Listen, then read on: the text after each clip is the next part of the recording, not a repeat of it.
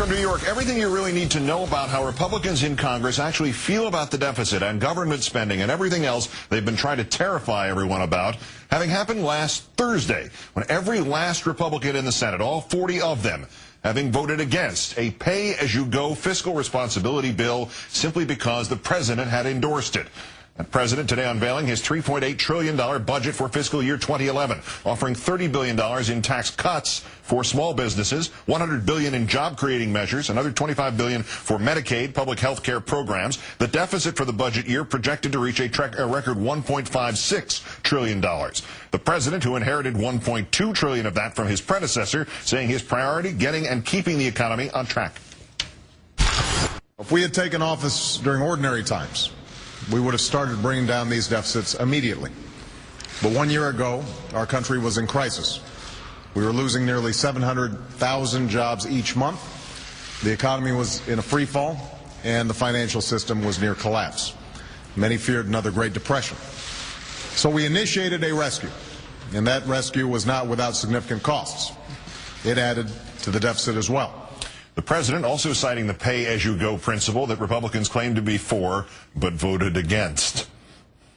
That's also why we're restoring pay-as-you-go, a simple rule that says Congress can't spend a dime without cutting a dime elsewhere. This rule helped lead to the budget surpluses of the 1990s, and it's one of the most important steps we can take to restore fiscal discipline in Washington. The Obama budget also proposing a change in the top tax rate, lower than where it was during most of the Reagan administration.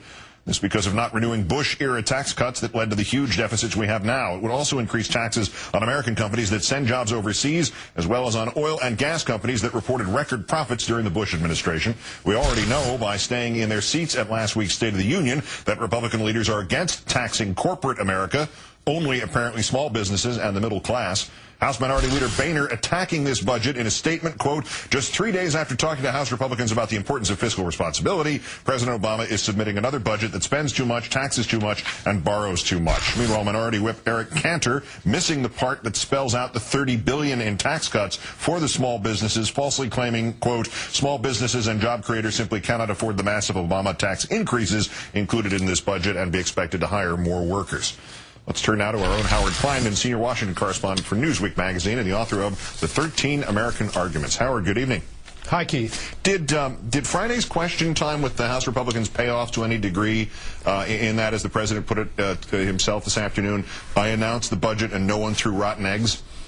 Well, it paid off in two ways. First, for the country, because as I say in the book, arguing is the essence of who we are as a country. Is how we move forward. But you need two people in the argument. And in recent months, the Republicans have just said no and then disappeared.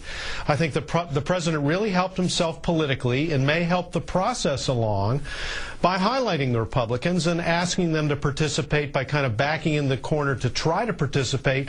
Whether they actually do or not now is, of course, the question.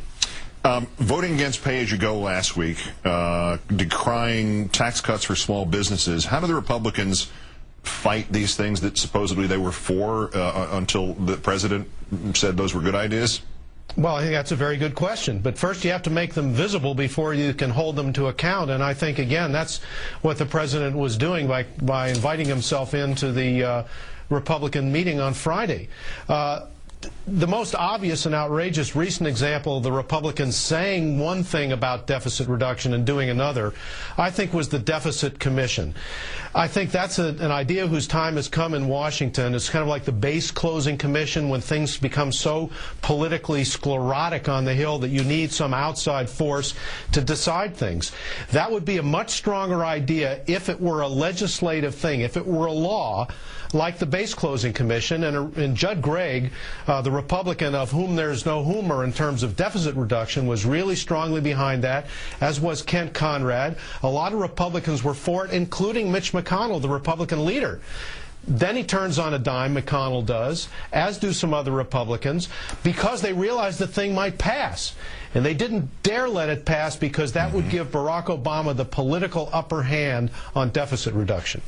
Did Congressman Jeb, don't call me Jim, Henserling, really suggest with Chris this afternoon on Hardball that the solution to the deficit is cut Social Security benefits to everybody now under the age of 55 and privatize Social Security, which was, of course, the Bush plan from 5 years ago that even most Republicans wouldn't get next to with a 10-foot pole?